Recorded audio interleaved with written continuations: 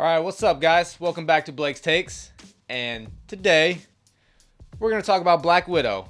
Yes, the first theatrical Marvel movie release since Spider-Man Far From Home back in the summer of 2019. We haven't had a Marvel movie released in theaters since the summer of 2019. Let that sink in. 2 years ago. It felt good going back to the theaters and to see that Marvel Studios intro. It felt good, you know? But let's talk about the movie, Black Widow. So let's start off with the plot. It starts off in 1995 with a young Natasha Romanoff and Yelena Belova are taken away from their surrogate parents, Alexei Shostakov, originally known as Red Guardian, basically Russia's Captain America, and the former Black Widow, Melina Vostokov. So they were in their home in Ohio, and their mission ends there. And Romanoff and Belova are put through the Red Room training shortly after that. So it goes through a montage of, their childhood and history and pictures that they had taken from when they were kids, basically showing, what the Red Room was like for them. So fast forward 21 years, and it takes place right after Civil War, basically. So Black Widow is a fugitive of the United States, and she escapes from the U.S. Secretary of the State and flees to a safe house in Norway, where she's reunited with her contact Rick Mason elsewhere. And Belova is still working, her sister is still working in the Red Room, where she kills another Black Widow, only to come in contact with a substance called red dust that removes the Red Room's control of her. All of these Black Widows that are put through the Red Room training, they are all controlled. They don't have control of their choices or the decisions that they make. So they're basically puppets to whoever is in charge of the Red Room. And she sends the antidote to Natasha in hopes that she will return to help her. As Black Widow Natasha unknowingly drives off with it, this is the first time that we see Taskmaster, who is after the red dust.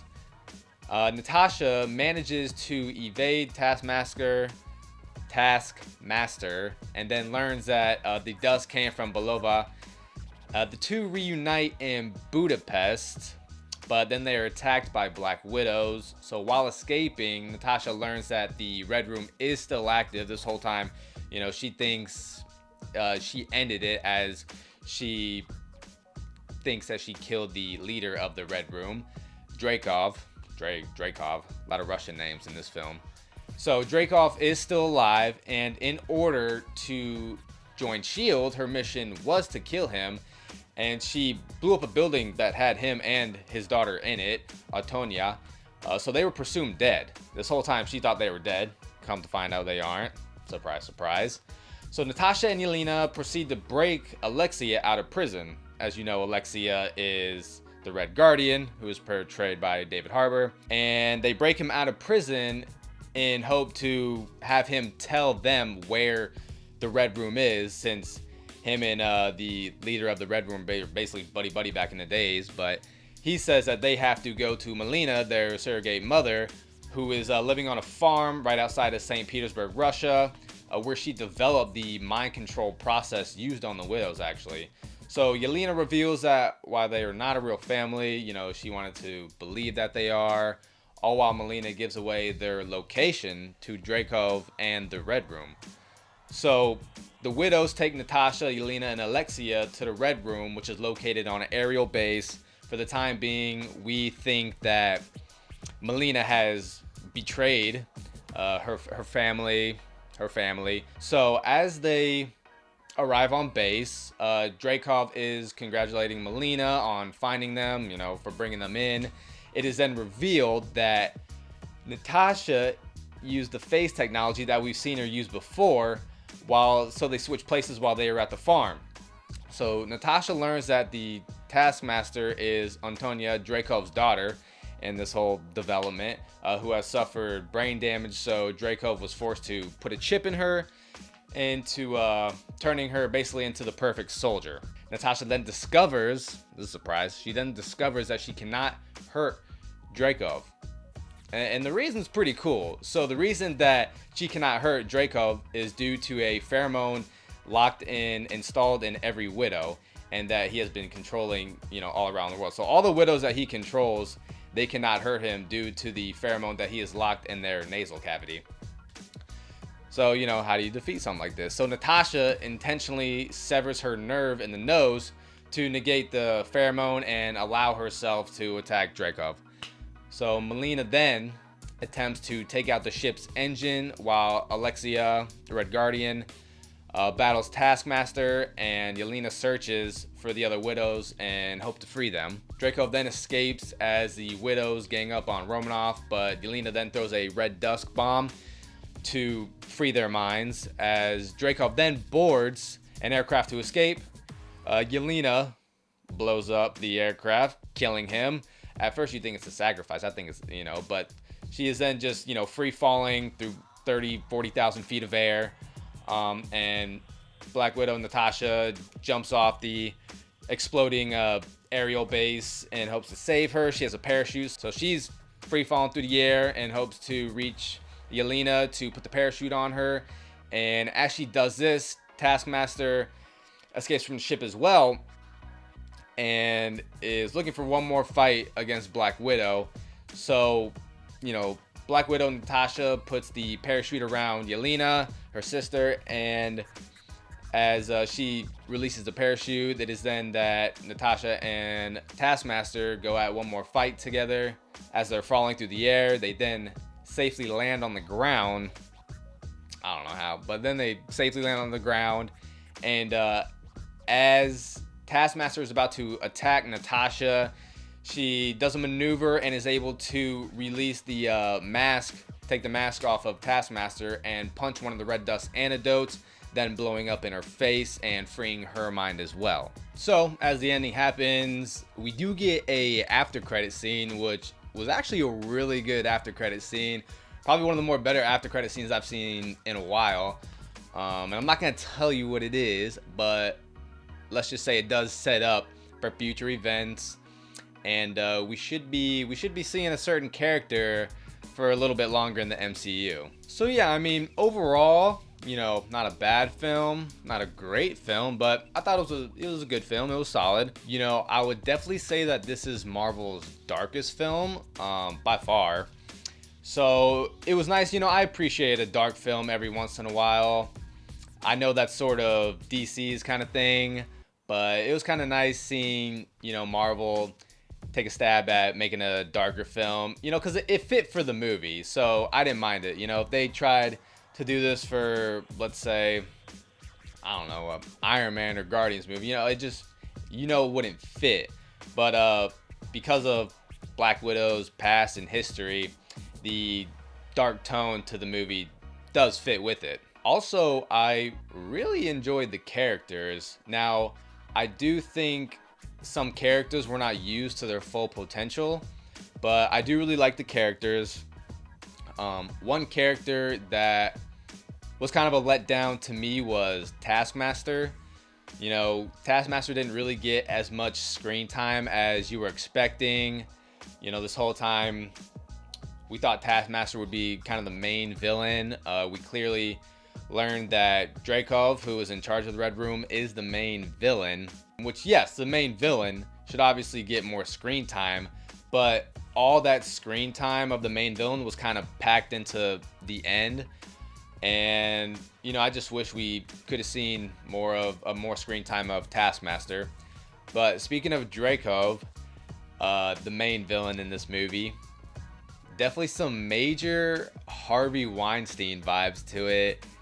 The guy even looked like Harvey Weinstein, so they had to have casted that on purpose. A guy controlling the choices of these females, and he was just a creep. So definitely some major Harvey Weinstein vibes to that. So glad he got what he deserved in the end. So yeah, David Harbour's character, Alexia Shostakov, also known as the Red Guardian, basically the Russia's Captain America. I thought he played him great. He usually kills the roles that he's given. He was hilarious. He was badass at the same time. I think it would have been cool to get a little bit more of his story in the beginning, which I know it's a Black Widow film, but it would have definitely been cool because we see in the plot that we see in the film that he is put in prison for 21 years, but he was given a life sentence, and I'm just curious as to why he was given a life sentence if he seemed like he was so buddy-buddy with this Dreykov, and he's supposed to be the Captain America of Russia. Because we see in the beginning him, finishing his mission, his undercover mission in Ohio in 1995.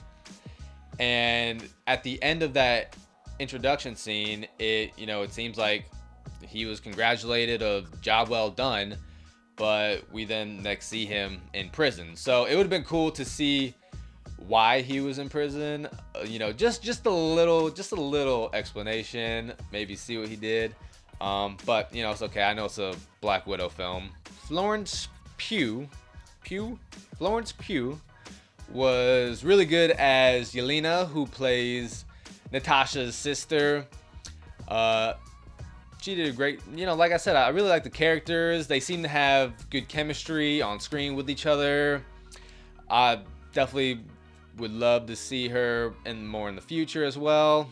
She would be a great Black Widow for the future in the MCU. I thought she was badass, and she had some funny lines too. It was a pretty funny film. The second half was a little more funny. The first half, they were kind of throwing jokes out there that I felt weren't sticking as much, but as the film went on, their jokes were sticking more, and it was funny, especially David Harbour's character. As far as the music goes, I didn't think it was all that great. Music is a big thing for me with films and TV shows. I love when there's a great score. I love when I hear a song from the score and I immediately know what scene that had that music. Didn't really have that factor to it in this movie. I thought actually the music in the teaser trailer that came out like a year ago, it sounded a little different. Like, it sounded more badass. Like there was this symphonic violin or something, but I didn't think the music was all that great.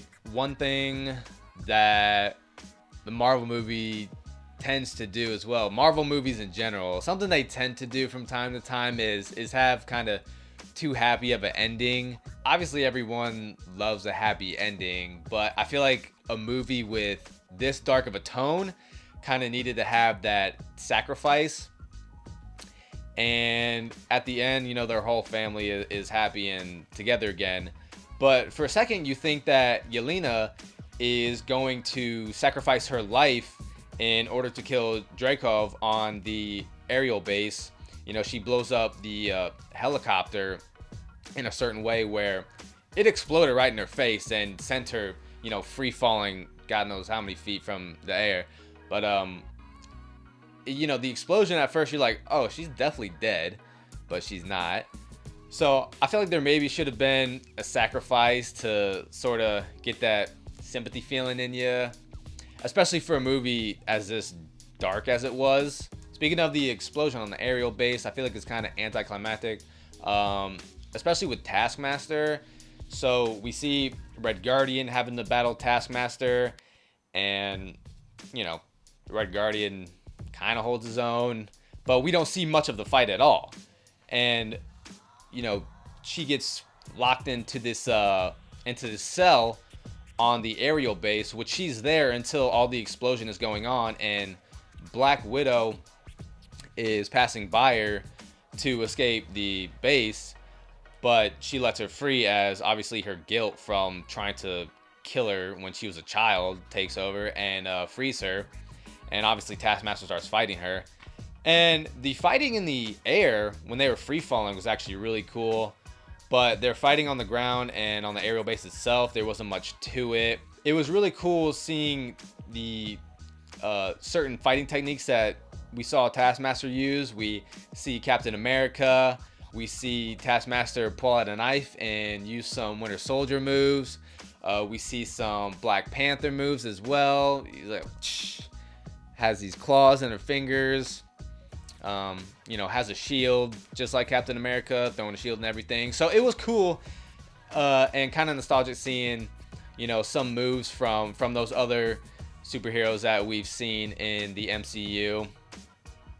But I definitely wish Taskmaster was used to the full potential, because that's a pretty badass character. I mean, they made her look really badass. I loved her suit, really badass suit, but they didn't really use her skills to the full potential. I thought the downtime in this movie was really funny. After we see them break the Red Guardian out of prison, they have to travel to the farm that's outside of St. Petersburg, Russia, to get to their mother's house and ask her where the Red Room is.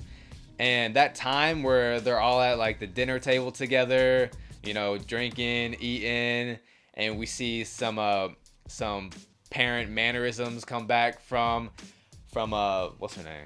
From the Red Guardian, Alexia and Melina. I always love when there's downtime in Marvel films, and because it makes you feel more relatable to these characters as well. So yeah, like I said, overall, not a bad film, not a great film, but it was solid. Did what it needed to do.